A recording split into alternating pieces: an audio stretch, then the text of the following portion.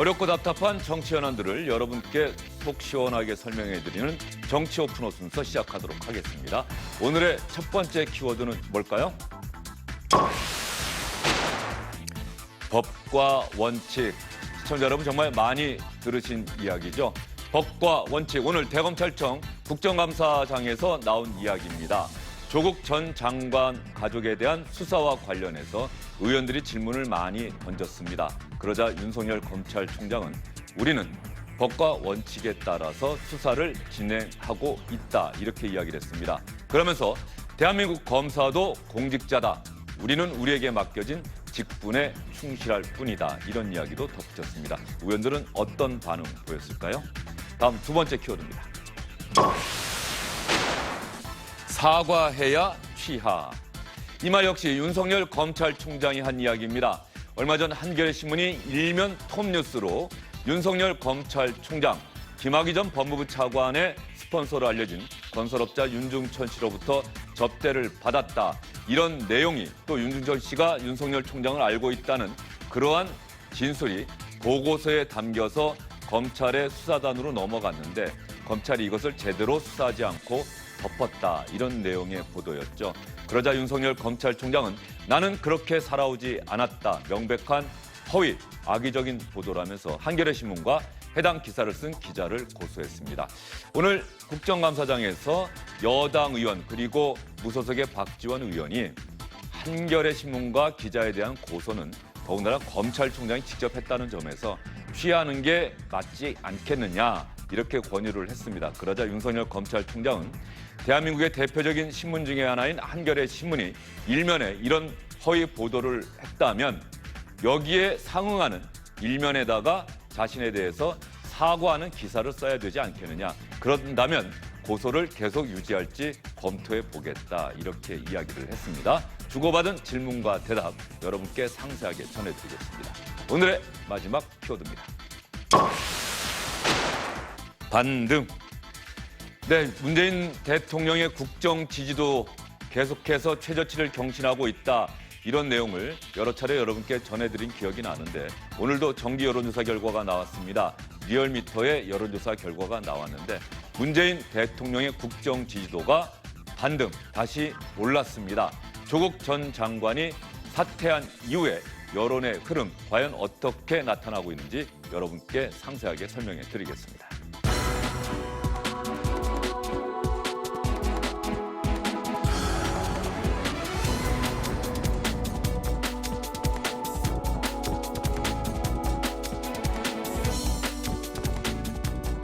정치 오픈호 순서 본격적으로 시작하도록 하겠습니다. 대검찰청 국정감사장에 출석한 윤석열 검찰총장, 항상 국정감사에 앞서서 기관 보고를 하게 돼 있습니다.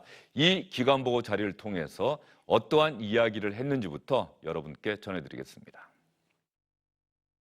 저를 비롯한 검찰 구성원들은 검찰의 변화를 바라는 목소리가 그 어느 때보다도 크다는 것을 잘 알고 있습니다.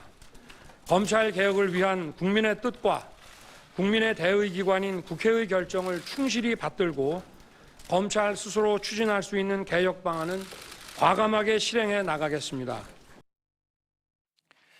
윤석열 검찰총장도 검찰 개혁을 요구하는 국민의 뜻을 잘 알고 있다. 검찰 스스로 실천할 수 있는 방안은 선제적으로 강력하게 추진해 나가겠다. 이런 이야기를 했습니다. 박창환 장한대 교수, 김병민 경희대 개공교수, SBS 김영환 논술위원과 함께합니다. 세 분 어서 오십시오. 네. 윤석열 검찰총장은 통상적으로 국회에는 출석을 잘 안 해요. 그런데 국정감사에는 끝까지 응하는 거죠?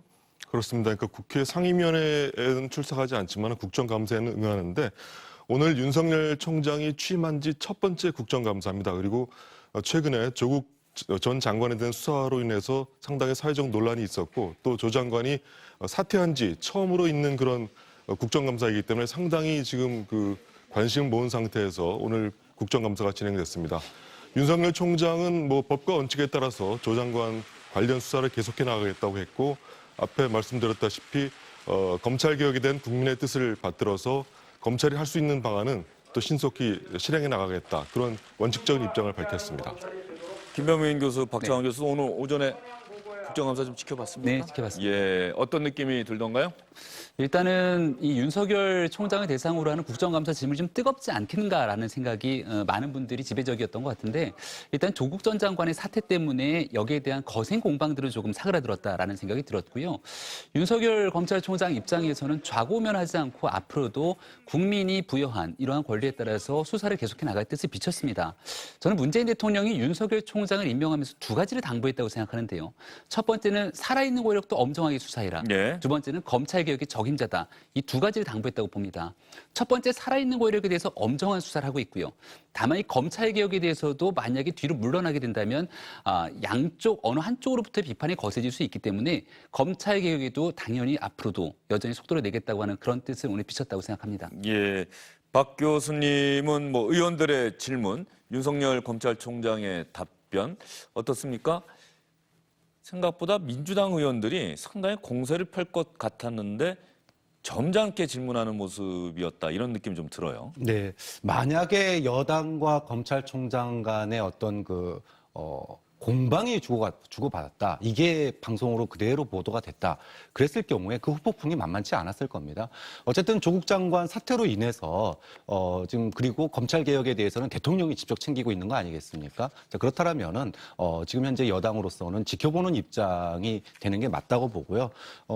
저는 오늘 그 검찰총장도 윤석열 총장도 굉장히 말을 아꼈다고 봅니다. 그러니까 검찰 개혁의 어떤 국민의 뜻을 받들겠다라고 하는 부분 외에 자신에 대한 어떤 진로 문제, 그러니까 사퇴 문제라든지 아니면은 수사에 대한 어떤 그 의견 여러 가지 이제 질문들이 많았는데 거기에 대해서 대체적으로 뭔가 이렇게 설화를 만들지 않겠다 이런 것처럼 굉장히 절제되고 그리고 원론적인 이야기를 했기 때문에 저는 뭐 오늘 그 국정감사장에서 보여준 윤석열 총장의 그런 스탠스가 특별히 뭐 문제를 일으키거나 그렇지 않고요. 오히려 더 진중해 보이고 정말로 검찰개혁 말씀하신 대로 검찰이 할 수 있는 부분부터 지금부터 해나가는 모습 보인다라면은 검찰이 다시 신뢰를 받지 않을까 이런 뭐 생각도 들었습니다. 예, 오늘 윤석열 검찰총장과 질문하고 답변하고 이런 식으로 국정감사를 진행한 의원들도 있고 전반적으로 검찰개혁과 검찰의 조국 전 장관 가족 수사에 대해서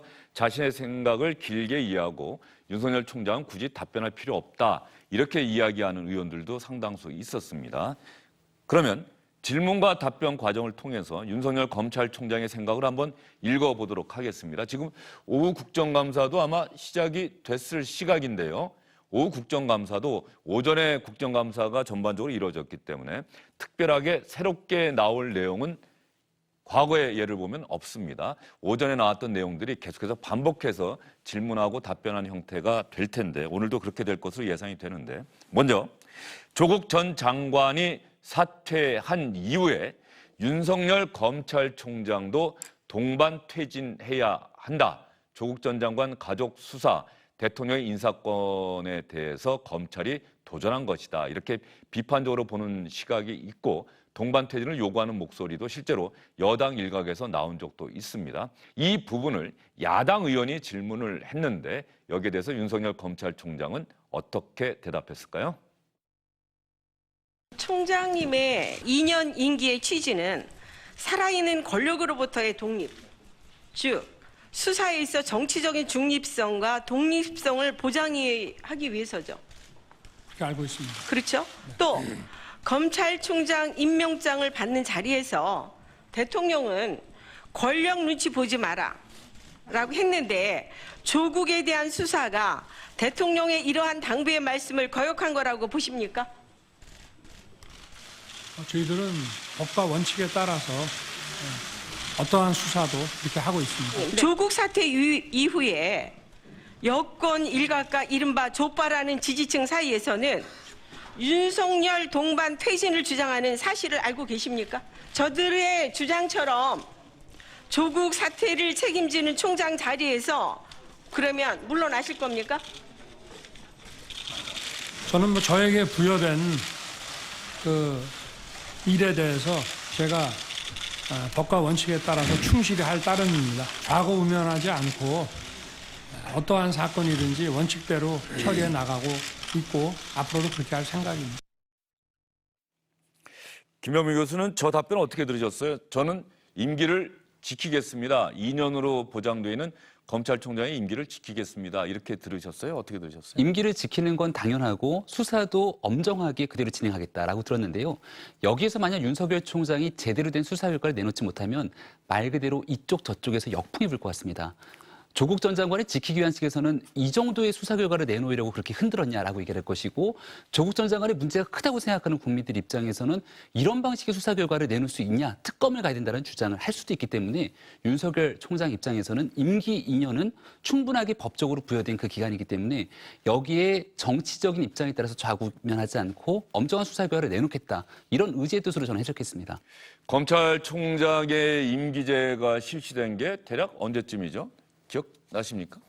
김영환 의원 혹시 기억나십니까? 뭐 정확히는 잘 기억나지 않지만은 검찰 수사의 독립성과 중립성을 보장하기 위해서 이제 임기 2년에 총장 임기를 이제 규정했는데 검찰청법에 보면은 12조 2항에 검찰총장의 임기는 2년으로 하며 중임할 수 없다 이렇게 되어 있습니다. 그런데 실제로 보면은 이 2년을 갖다 다 채운 총장이 또 오히려 많지가 않습니다. 그걸 보면은 검찰총장이 법적으로는 임기가 보장돼 있지만은 중간에 어떤 일이 있어서 정치적인 압력을 받으면은 총장이 스스로 사퇴하는 경우가 많았거든요. 근데 지금 현 문재인 정부 들어서는 지금 전임 문무일 총장은 임기 2년을 다 채우고 이제 퇴임을 했고요. 윤석열 검찰총장도 지금 본인의 임기 2년을 채우고 본인이 지금 오늘 말한 대로 법과 원칙에 따라서 여러 가지 사건에 대한 수사를 하겠다, 이런 의지를 밝히고 있습니다. 다만 앞으로 또 상황이 어떻게 되는지에 따라서 또 다른 어떤 윤 총장이 여기에 대해서 어떤 책임을 진다든가 이런 얘기가 나올 수 있는데, 그건 좀 상황의 변화를 좀 지켜봐야 될 것 같습니다.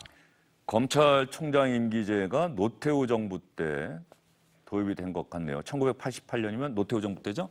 그때 도입이 돼서 검찰총장, 검찰의 정치적 독립을 보장하기 위해서 검찰총장 임기제가 보장이 됐는데, 지금까지 김영환 의원이 이야기한 것처럼 임기를 다 채운 총장보다는 채우지 못하고 중도에 퇴진한 총장이 더 많았다. 그만큼 이 검찰의 정치적 독립, 정치적 중립이 참 어렵다, 이런 생각이 드는데, 윤석열 검찰총장이 뚝심 있는 검사다, 이런 평가들이 많지 않습니까? 지금 자신에 대한 그 조국 전 장관 지지자들의 거센 비판에도 불구하고 나는 나의 길을 가겠다, 뭐 이런 이야기 한 것으로 받아들여도 될까요?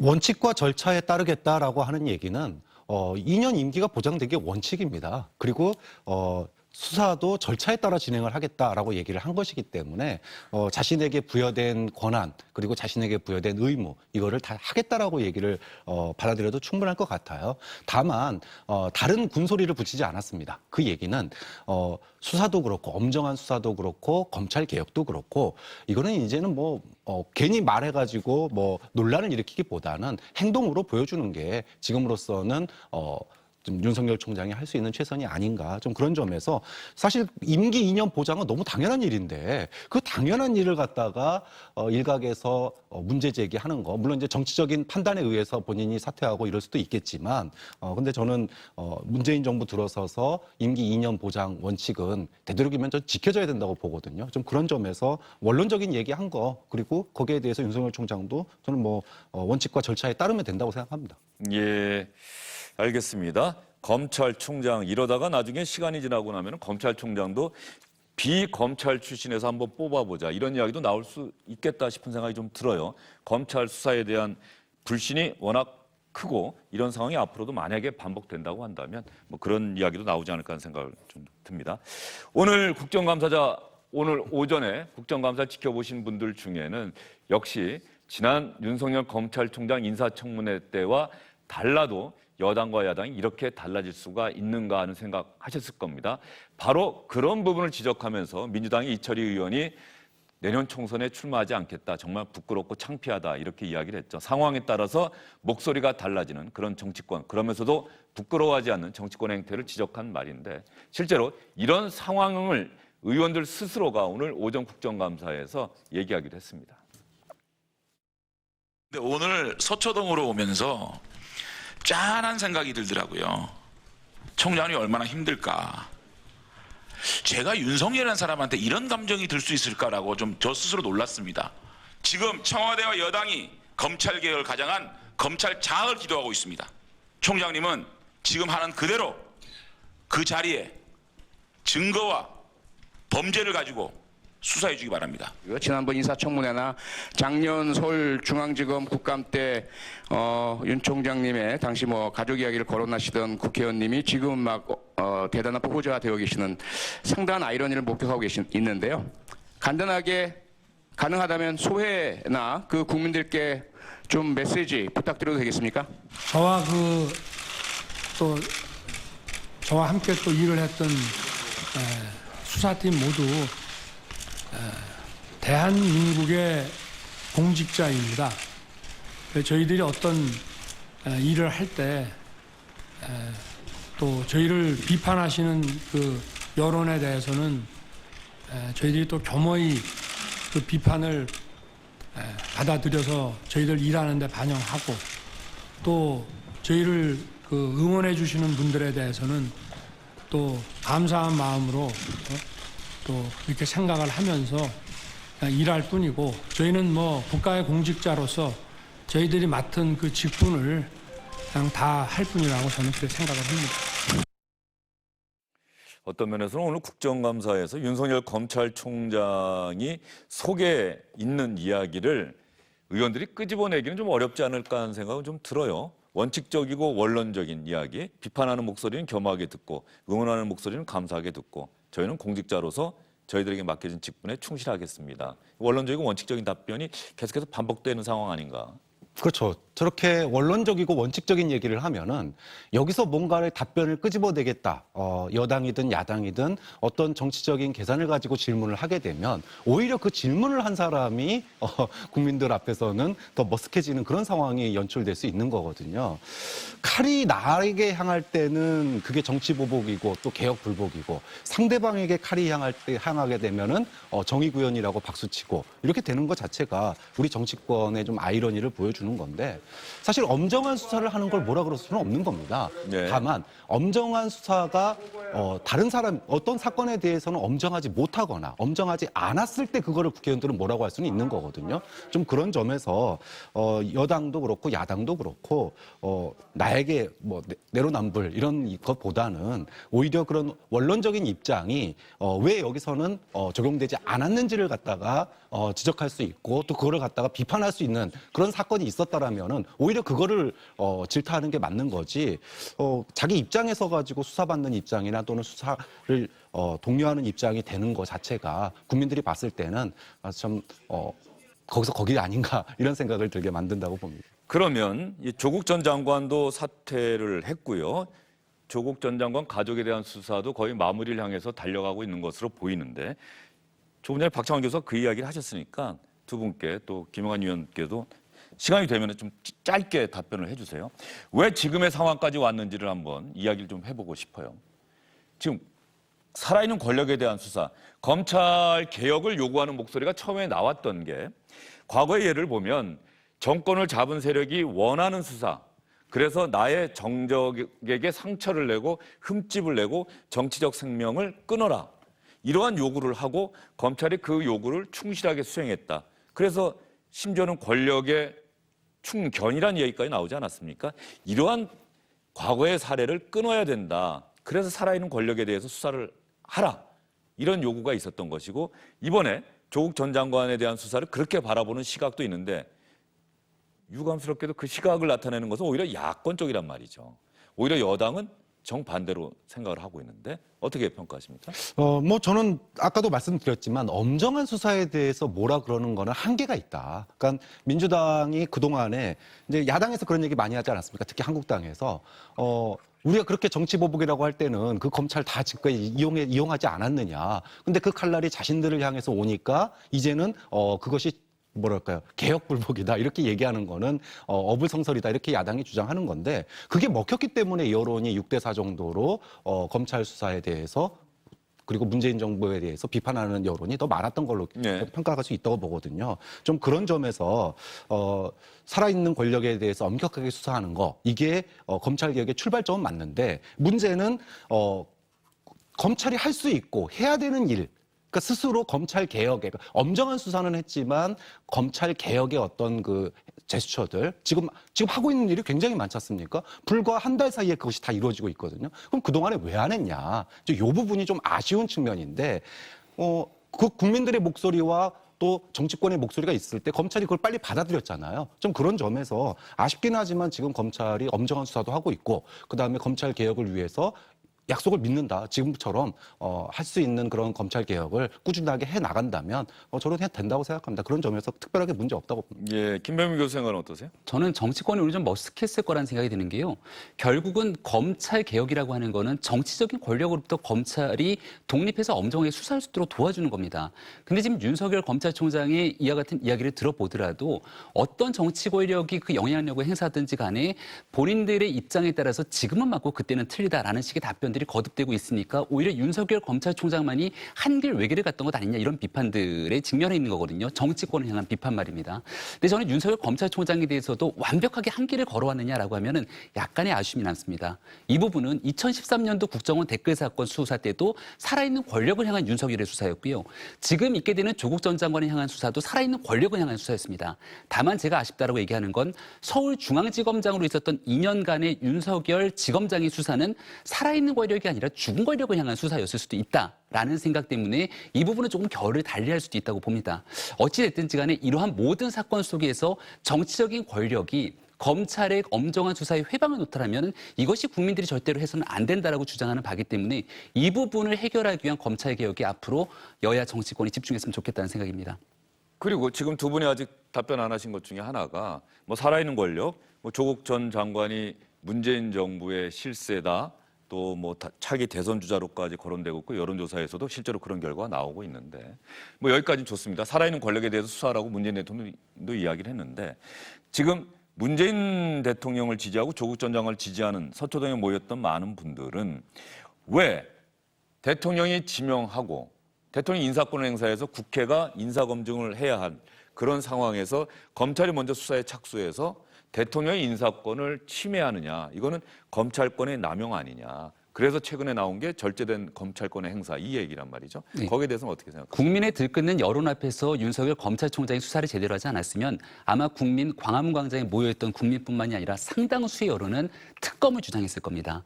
그 누구보다 박영수 특검에서 일했던 윤석열 총장 입장에서는 국민들의 그 들불 같은 민심 때문에 이루어진 특검으로 가게 됐을 경우는 조국 장관에 대해서 끝나는 것이 아니라 조국 장관 너머의 청와대, 진짜 살아있는 권력이 지난 날까지 엄청난 수사의 불길이 번질 수 있을 것이고 그 다음은 이러한 검찰 권력이 제대로 수사하지 않았다는 것 때문에 윤석열 총장이 이끌고 있는 검찰도 수사 대상이 될 겁니다.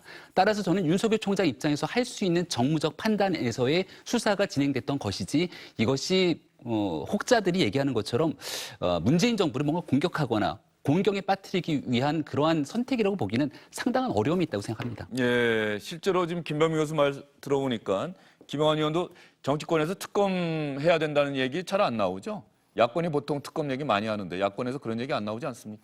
그렇습니다. 현재 뭐 초기에는 특검 해야 된다는 얘기가 나왔는데 지금 검찰 수사가 상당히 강도 높게 진행되니까 특검 얘기는 안 나오는 것 같습니다. 근데 아까 이제 두 분도 말씀하셨는데 저도 의견을 말씀드리면은 일단은 그 검찰 수사가 살아있는 권력을 수사하는 것, 그다음에 정치적으로 독립적인 수사를 하는 것에 대해서는 물론 모든 국민이 거기에 대해서는 부인하는 사람이 없는데 또 다른 측면이 있는 것 같아요. 그러니까 살아있는 권력에 대한 수사만 가지고 모든 것이 다 그럼 정당화되고 합리화되느냐, 다른 측면이 있는데 검찰 권력 자체도 하나의 권력이고 그렇기 때문에 그 권력은 적절하게 행사가 돼야 되고 남용되어서는 안 된다 이런 원칙이 있거든요.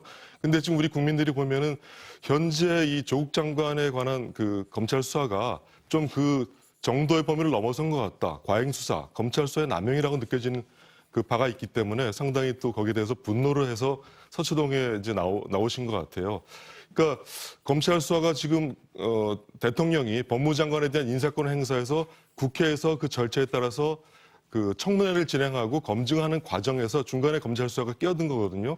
그러니까 검찰에서 나중에 청문회에서 문제가 제기돼서 법적으로 이제 어떤 뭐가 드러나면은 그 다음에 수사해도 되는데 중간에 어떤 대통령의 임명권, 그다음에 국회의 어떤 청문 절차가 진행되는 과정에 끼어들었기 때문에 이것은 검찰 권의 남용이라고 많은 사람들이 해석하는 것 같아요. 그래서 단지 살아있는 권력에 대한 수사 자체는 굉장히 좋지만은 하지만 그 살아있는 권력에 대한 수사도 적절하게 행사돼야 되고 검찰권도 남용돼서는 안 된다. 여기에 대한 또 국민들의 뜻도 많이 있는 것 같고 그래서 최근에 그래서 검찰이 국민 위에 있으면 안 되고 뭔가 검찰 권력도 자제해야 되고 적절히 행사해야 된다. 이 두 가지 측면을 둘 다 같이 봐야 될 것 같습니다. 예, 알겠습니다. 언제 한번 주정진의 뉴스 브리핑에서 시간을 할애해서 이 검찰 개혁과 관련해서 여당과 야당의 대표 의원들 모셔다가 뭐 토론을 진행해 보겠다 이런 생각이 좀 드네요. 이런 관련 질문이 하나 나왔습니다. 여기에 대해서 윤석열 검찰총장이 오전에 좀 재미있게 대답했던 장면이 있어서 여러분께 소개해 드리겠습니다. 검사된 이후 지금까지, 특히 2003년 국감장에서 발언한 이후 지금까지 검사로서 윤석열 변한 게 있습니까? 전혀 없다고 자부하지요. 자부까지는 몰라도 정무 감각이 없는 거는 예나 지금이나 똑같은 것 같습니다. 그러니까 정무 감각 없이 검사로서 항상 동일한 원칙, 동일한 기준과 잣대를 가지고 정말 증거와 진실을 쫓아서 수사했다고 자부하지요. 하여튼 그러기 위해서 노력은 했습니다. 정무 감각이 없는 것은 예나 지금이나 똑같다. 윤석열 검찰총장이 저 말 속에 뭔가 의원들에게 국민들에게 하고 싶었던 얘기가 있는 것 같아요. 네, 그러니까 정치권의 입맛에 맞춰서 만약 윤석열 총장이 수사를 해왔으면 지금의 윤석열도 없었을 것이고 여기에 대해서 윤석열 총장의 수사를 지지하고 있는 국민들도 별로 없었을 것 같다는 생각이 듭니다. 하지만 저 주광덕 의원이 했던 얘기들처럼 명백한 증거에 따라서 수사했냐라고 하니까 여기에 대해서만큼은 그렇게 노력을 했다라고 얘기를 하고 있기 때문에 그동안 있었던 과정에 100% 잘했다라고 볼 수는 없겠지만 적어도 정도를 걷기 위해 노력하고 있다. 이 정도는 국민께 자부심을 갖고 설명했던 게 아닌가 싶습니다. 예. 그러면 그것과 관련해서 윤석열 검찰총장에 대해서 한겨레 신문이 일면으로 보도했던 내용, 건설업자 윤중천 씨로부터 접대를 받았고 윤중천 씨가 윤석열 총장을 알고 있다는 진술을 진상조사단에 했는데 이 보고서를 검찰 수사단에 넘겼는데 검찰이 제대로 수사하지 않고 덮었다. 한겨레 신문은 이 앞부분이 핵심이 아니라 뒷부분, 이 보고서에 윤석열이라는 이름이 나왔는데 이걸 제대로 검찰 수사하지 않고 덮었다. 여기에 핵심이 있다라고 하는데 맨 첫날 보도가 됐을 때는 제목에 접대라고 하는 말이 크게 써 있었습니다. 그래서 윤석열 검찰총장이 한겨레 신문과 해당 기사를 쓴 기자를 고소를 했는데요. 이 고소건과 관련한 이야기가 오늘 많이 나왔는데 여당 의원들 또 박지원 의원, 옛날 여당과 함께 몸담았던 의원이죠. 한겨레 신문에 대해서 또 기자에 대한 고소는 취하하는 게 맞지 않겠느냐. 검찰총장이 직접 고소한다는 게 적절한 행동이냐. 이런 질문들을 다 공교롭게 비슷하게 했습니다. 제가 초임 검사 시절에 검사 15가 어떤 그 금전적인 피해를 입었다고 해서 서울 동부지검에 고소장을 냈습니다. 그때 한 명의 검사도 이견이 없이 검사는 고소하는 게 아니다. 자기가 검사로 있으면서 그 검찰청에 고소를 하면은 어떻게 되겠냐고 했고 그때 그 사법연 선생도 그런 논리에 납득을 해서 고소를 취소했습니다. 그러나 검찰총장이 고소인이 된 사건이 있는 것 자체가 과연 적절한지. 이 언론사는 우리나라 대표하는 정론지입니다. 그러니까 사과를 저는 받아야 되겠습니다. 그렇다면은 왜 이런 보도를 하게 됐는지 그 같은 지면에 공식 사과를 한다면은 이게 뭐 아니면 말고식으로 검찰총장이라는 사람에 대해서 이런 식으로 보도를 해놓고 야 확인됐으니까 고소 취소하라 이런 말씀은 이거는 저는 좀 제가 듣기에도 좀 그렇게 받아들이기 좀 어렵다고 생각합니다. 총장님 말씀 들어보니까 총장님 화가 많이 나신 것 같아요. 우리가 일반적으로 이런 얘기 많이 합니다. 화났을 때 중요한 결정하지 말자 그래요. 역으로 얘기하면요. 중요한 결정을 하는 사람은 화를 내면 안 됩니다. 그게 숙명이에요. 박 교수님은 어떻게 들으셨어요? 오늘 윤석열 총장이 전반적으로 원론적인 얘기를 했는데 유독 이 부분에 대해서만큼은 적극적으로 자신의 입장을 개진을 했습니다. 한겨레 일문에 사과하지 않으면 고소 유지하겠다. 이게 이제 핵심이 아니겠습니까? 한겨레가 처음에 보도를 했을 때 굉장히 충격적인 보도였어요. 접대, 물론 성접대는 아니다라고 이제 얘기는 했지만 접대가 있었는데 그것도 모자르고 오히려 그 보고서 안에 그 내용이 담겼는데 조사하지 않고 덮였다. 굉장히 이제 만약에 이게 사실이라면 굉장히 충격적인 사건이었거든요. 근데 이후에 후속 보도가 안 나왔습니다. 지금 무슨 얘기냐면 검찰로 갔다라고 하는 보고서를 한겨레가 그 내용을 보도를 했어야 돼요. 근데 내놓지 못하고 있거든요. 그렇다는 얘기는 여기에 좀 의문점이 이제 생기는 보도가 의혹이 아직 확인되지도 않았고 반론이 됐는데 거기에 대해서 후속 보도에 이 보고서가 나오지도 않았습니다. 좀 그런 점에서 나 같아도 고소하겠다라는 생각이 들고요. 언론에 대해서 검찰총장이 고소하는 게 맞냐? 뭐 나라님 욕도 하는데 뭐 할 수 있지 않느냐라고 얘기하는데 저는 나라님 욕도 요즘에는 그동안에 많은 정권에서 사실 고소하고 수사했거든요. 그렇게 보면 검찰총장도 참을 수 있는 부분은 아니다라고 봅니다. 이 부분이. 만약에 허위 사실이라면 충분히 고소할 수 있는 건이라고 봐요. 예, 박 교수님 또 그렇게 생각하시는군요. 알겠습니다. 지금 국정감사가 계속 진행되고 있는데 원래는 오후 국정감사 특별하게 새롭게 나올 게 있을지는 잘 모르겠습니다만 현장 한번 잠깐 볼까요? 개선해왔던 제도 개선 내용이지 저는 개혁이 아니라고는 전혀 보이지 않던데요. 특히 여러 의원님들께 지적했다시피 정치적 중립성 확보라는 차원에서는 눈을 닫고 봐도 저희들은 확인할 수가 없어요. 이게 과연 검찰개혁 아닙니까? 지금 현재 총장님 입장은 어떻습니까? 그래서 저희는 하여튼 아니 총장님 지금 시간이 자꾸 가니까 네. 그러니까 아까 저 의원님들 뒤에 말씀 지금 현재 정치적 중립과 관련해서 법무부 아니든 대검 아니든 그런 내용이 있습니까? 없지 지금은 않습니까? 아무래도 그 민주적 통제라는 쪽에 방점이 더 찍혀 있는 것으로 보여집니다. 네. 그러니까 정치적 중립이라는 그런 내용은 없지 않습니까? 그 자꾸 말씀을 돌리시고 그렇습니까? 총장님께서 말씀하신 대로 지금 검찰개혁 아까 말씀하신 게 이제 정치적 중립 이거 외에 검찰의 과도한 권한에 대해서 검찰개혁의 목소리가 나온다. 이런 취지로 말씀하셨죠. 이제 과도한 권한과 관련해서는 지금 검경수사권 조정이라는 이름 하에 형사소송법하고 검찰청법 개정안이 지금 나와 있죠. 예. 근데 이 문재인 대통령 조국 저는 이분들이 아무리 다급하고 하지만 이해가 잘 안 돼요. 총장님 제가 말씀을 한번 드려볼게요. 제가 무지해서 이해를 못하는 건지 자 이런 거예요.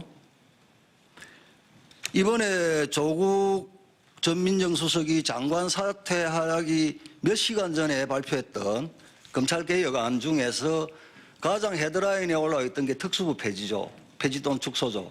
그렇죠. 예, 김도읍 자유한국당 의원과 윤석열 총장이 질문과 대답을 주고받고 있는데 검찰개혁 방안 놓고서 이야기를 하고 있습니다. 지금 특수부 폐지와 관련한 질문을 했는데 그 부분에 대해서도 이미 검찰 스스로 윤석열 검찰총장 스스로 특수부 축소하겠다는 안을 내놨고 실제로 법무부에서 그렇게 서울, 인천, 대구에만 특수부를 두는 것으로 결정을 해서 국무회의까지 통과한 상태입니다. 다음 소식으로 저희는 넘어가 보도록 하겠습니다. 잠시 법사위를 벗어나 볼까요? 다른 상임위원회에서도 국정감사가 진행되고 있는데 국회 과학기술방송통신위원회, 과학기술방송통신위원회에서 유시민 노무현재단 이사장의 유튜브 방송, 또 이 과정에서 여기자에 대한 성희롱 발언이 나왔고 유시민 이사장이 사과하는 일까지 있었는데 또 KBS가 인터뷰를 해놓고서도 자산관리인 있지 않습니까? 조국 전 장관 일가의 자산관리인 이 사람을 인터뷰해놓고서도 정작 검찰의 입맛에 맞는 인터뷰만 내놓았다. 이런 이야기를 해서 KBS에서 반발하는 일도 있었는데 이런 사안들과 관련한 질문이 나왔습니다. 인터뷰 녹취록을 보면은 조국과 정경심 교수 가족과 관련해서 그런데 정작 보도는 불리한 내용만 압축해서 나갔습니다. 그래서 공정하지 못하다는 비판이 있을 수 있다고 생각합니다. 회사 대응은 이런 부분까지 감안해서 신중했어야 할 필요가 있는데 그러지 못해서 오히려 오해를 불러일으키고 논란을 키운 게 아닌가 하는 생각을 하고 있습니다. 지금 그 자사 직원이 밖에서 일개 유튜버한테 성희롱을 당했는데 가만히 있는 사장이 사장이라고 할 수 있어요? 이게 사과 한마디 받고 끝날 상황입니까? 이제 조국 씨가 가고 유시민 이사장이 이제 유력 차기 대선 주자로 거론되고 있으니까 거기에 지금 알아서 머리를 숙이는 거 아닌가 하는 국민의 지금 그런 평판이 있어요. KBS 사장이 저 부분과 관련해서 어제 그 성희롱 발언과 관련해서는 법적 검토했다라고 스스로 대답을 했고요. KBS 회사 차원에서 법적 검토하고 있다. 법적 대응 위해서. 그리고 앞부분 인터뷰를 하고서 제대로 방송하지 않았다라고 하는 그런 지적. 여기에 대해서 KBS 기자들이 반발하고 있긴 합니다만 KBS는 회사 차원에서 우리가 한번 진상을 조사해 보겠다. 조사단 구성하고 있고 KBS 기자들은 거기에 대해서 반발하고 있는 겁니다. 우리는 우리의 일을 다 했을 뿐이다. 어떻게 들으셨습니까? 여기에 대해서 KBS 기자들이 처음에는 법적 조치를 하겠다고 했습니다. 그런데 유시민 알레레오 이사장의 발언 이후로 오히려 법적 조치가 아니라 내부 진상조사위를 꾸리고 여기에 대해서 진상조사가 있을 때까지 현장 취재팀이 아닌 특별 취재팀을 편성하겠다라고 얘기를 하니까 관련된 사회부장이 직접 사의를 표명하는 일까지 내부적으로 일어나게 된 겁니다. KBS는 내부적으로 봤을 때 조국 전 장관 사태가 불거지고 난 다음에 오히려 타사의 언론 보도와 비교해서 공영방송이 제대로 된 보도를 하지 않았다라고 하는 내부의 지적까지 이뤘던 상황인데 여기에 대해서 외부, 특히나 여권의 핵심적인 스피커라고도 우리가 불릴 수 있는 유시민 이사장의 발언 때문에 공영방송이 흔들린다라고 하는 지적이 있었던 것 같고요. 여기에 대해서 일부에 대한 어느 정도 사과에 대한 표현은 있습니다만은 여전히 국민들의 수신료로 운영되고 있는 공영방송이기 때문에 앞으로도 야당의 비판뿐만이 아니라 국민의 거센 비판의 목소리는 계속 좀 지속되지 않을까라는 생각입니다. 예. 유시민 노무현 재단 이사장과 관련한 질문은 법사위에서도 나왔습니다. 어떤 내용으로 질문이 나왔고 윤석열 총장은 어떻게 답변했는지 저도 한번 들어보겠습니다. 이 조국에 대한 수사를 반대하는 좌파들은 검찰이 조국 가족을 도륙했다. 또 조국 가족을 살해했다. 이런 등의 극언을 퍼붓고 있습니다. 그 정점에 자칭 언론인 유시민이 있는 것은 아시죠? 일부 언론을 통해서 뭐 보고는 있지만 그분이 뭐 정점에 있으신지 아니면 자신의 그 입장을 그냥 자유롭게 표현을 하는 건지 제가 그거는 좀 판단하기 좀 어려울 것 같습니다. KBS 여기자를 성희롱하면서까지 검찰을 조롱했는데 고소고발이 된 걸로 알고 있습니다. 이 부분에 대해서 철저하게 수사를 좀 부탁드리겠습니다. 하시겠습니까? 뭐 고발 사건이니까 저희가 원칙대로 절차에 따라서 수사를 하겠습니다. 네. 예, 알겠습니다. 뭐 이 내용은 시청자 여러분 들으시면 바로 이해가 되실 것 같아서 특별한 논평 없이 넘어가도록 하겠습니다. 오전에 국회 정무위원회에서도 국정감사가 있었는데 조국 전 장관 자녀의 서울대 로스쿨 공익인권법센터 인턴 그리고 인턴으로 일했다는 증명서 발급 이것과 관련해서 지금 검찰이 수사를 진행하고 있지 않습니까?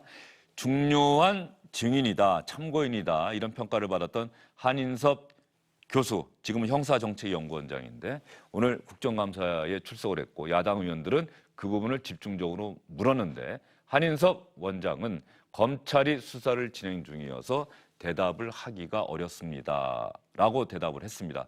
그러자 야당 의원들은 발끈했습니다. 2013년도 7월 15일 날 인턴십 예정 활동 증명서를 조국 전 장관의 아들 씨한테 떼준 적이 있습니까?